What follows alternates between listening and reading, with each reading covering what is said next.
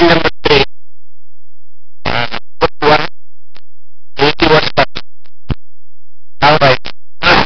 Now, it has become a custom for this house during every session to have a debate on foreign affairs.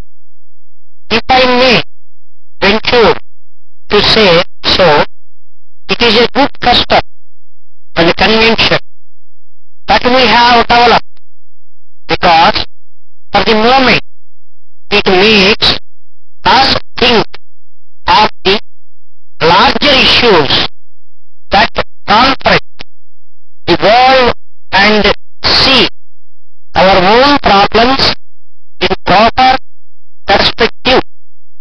Naturally, we are most concerned with our own national problems.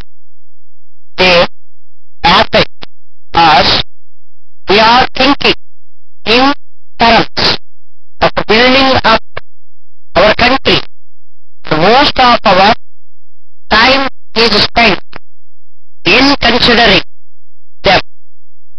That is as it should be.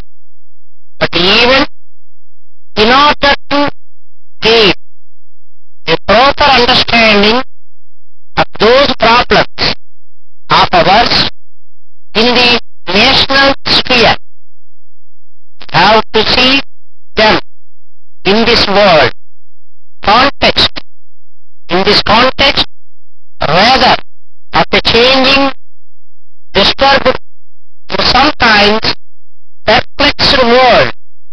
So, I welcome these debates in every session in this house. It so happens, however, that these debates often become rather a repetition of what has been said. Although facts, new facts occur and the world changes and new situations arise, often the debate follows as set pattern. Some honorable members on the other side will no doubt repeat this time as they have done before why India is in the Commonwealth. These are some phrases, set grooves of thought, set ideas, which are not affecting whatever happens in the world. Well, I find it very difficult to deal with those closed minds which have learned to repeat phrases without understanding them even. So, no doubt that would be said with great force on the other side. Nothing will be said or considered as to what our being in the Commonwealth means, whether it has helped us in our larger policy of peace in the world or not, whether whatever broad policies we have pursued or we want other countries to pursue or helped by a certain action of ours, a certain step we take or not. Because, after all, we may take about individual policies, we may talk about even important subjects like Goa or the French settlements in India. They are important for us, of course. Nevertheless, even those subjects have to be seen in the particular context of the world and of the policies we pursue in the world, if we lose sight of those broad policies, then we may be right, we may be wrong in the particular action we may take in a special matter, but it will be interrelated to the larger issues. The point I wish this House to consider is this, that today there is a great deal of interrelation in all these matters which affect the world. We do not interfere or wish to interfere with what happens in Europe.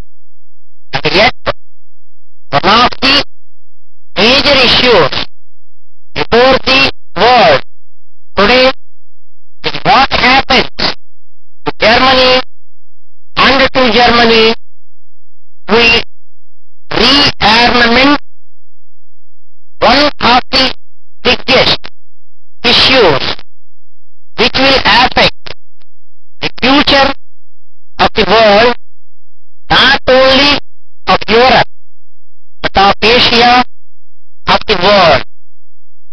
We do not interfere with that, but we have to understand it. We have to have some views about it. We have to see things in the proper context, in the context of other things.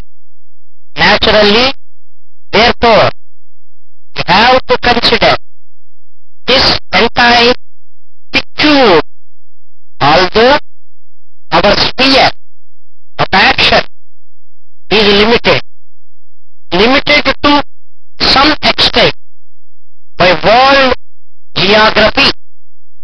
Dear sirs, you are no doubt aware that for number of years I have acted as the sole agent for your goods in this country, and you have on several occasions been pleased to express your thanks for the services I have been able to render. Today, I am not meeting with the same measure of success as in previous years, and I venture to put before you one or two points for your consideration.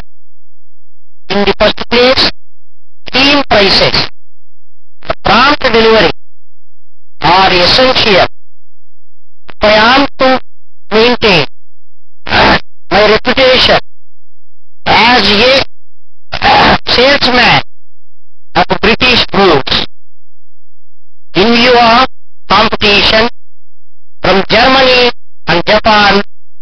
Although there is nothing to fear from the quality of our goods, there must be no delay in the delivery of orders, and our customers must not be tempted by cut prices quoted by other countries to place their orders elsewhere.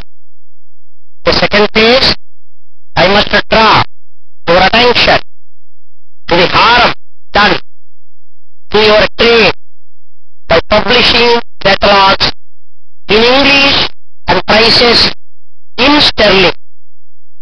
Many old customers know little English, and these catalogs are almost useless to them, and it becomes necessary for me to spend much time in describing the goods. This information might well be given in your advertisements printed in our clients' language and my time could then be devoted to securing new business. May I ask you to give these matters your immediate attention. Your speaker.